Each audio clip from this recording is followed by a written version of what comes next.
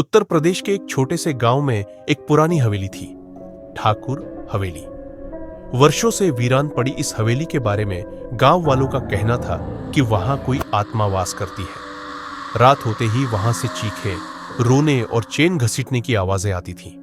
कोई भी सनसेट के बाद उस हवेली की तरफ नहीं जाता था।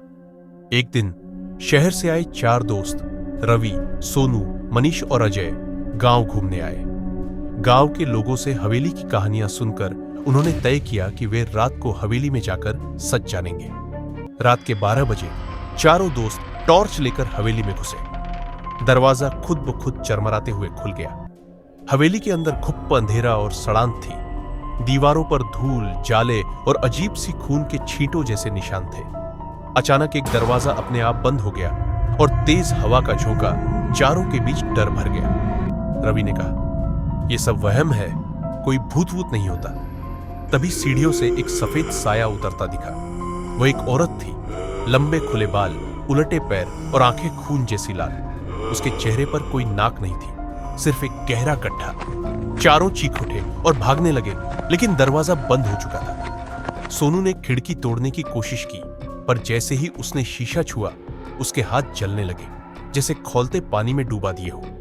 मनीष जमीन पर गिरा और तब देखा फर्श पर कुछ लिखा था खून से, जो आया वो मरा। रवि ने दीवार के पीछे से आती एक आवाज सुनी, किसी बच्चे की हंसी, पर वहां कोई नहीं था। वो पलटा तो देखा अजय हवा में उल्टा लटक रहा था और उसकी गर्दन खुद ब खुद मुड़ रही थी। उसकी आंखें सफेद हो चुकी थी। अब सिर्फ रवि और मनीष बचे थे। दोनों एक कमरे में छिप गए। तभी दीवार पर बनी तस्वीरें हिलने लगी और उनमें से हाथ निकलने लगे। एक हाथ ने मनीष को पकड़ लिया और दीवार में खींच लिया। उसकी चीखें दीवार में गूंजती रहीं। अब रवि अकेला था। उसने भागते हुए एक पुरानी किताब देखी, जिस पर लिखा था, इस हवेली को जिसने जगा दिया, उसकी आत्मा कभी नहीं बचती। रवि चीखता हुआ दरवाजे की तरफ दौड़ा, जो अब खुला हुआ था। जैसे ही वह बाहर निकला, हवेली जोर से हिली और दरवाजा बंद हो गया।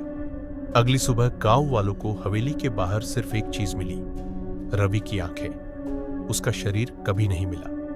उस दिन के बाद से हवेली और भी ज्यादा डरावनी हो गई। कहते हैं, जो भी उसकी तरफ देखता है, उसे सपनों में वही बिना नाक वाली औरत दिखती है, और फिर एक दिन वो सपने से निकलकर असलियत में आ जाती है।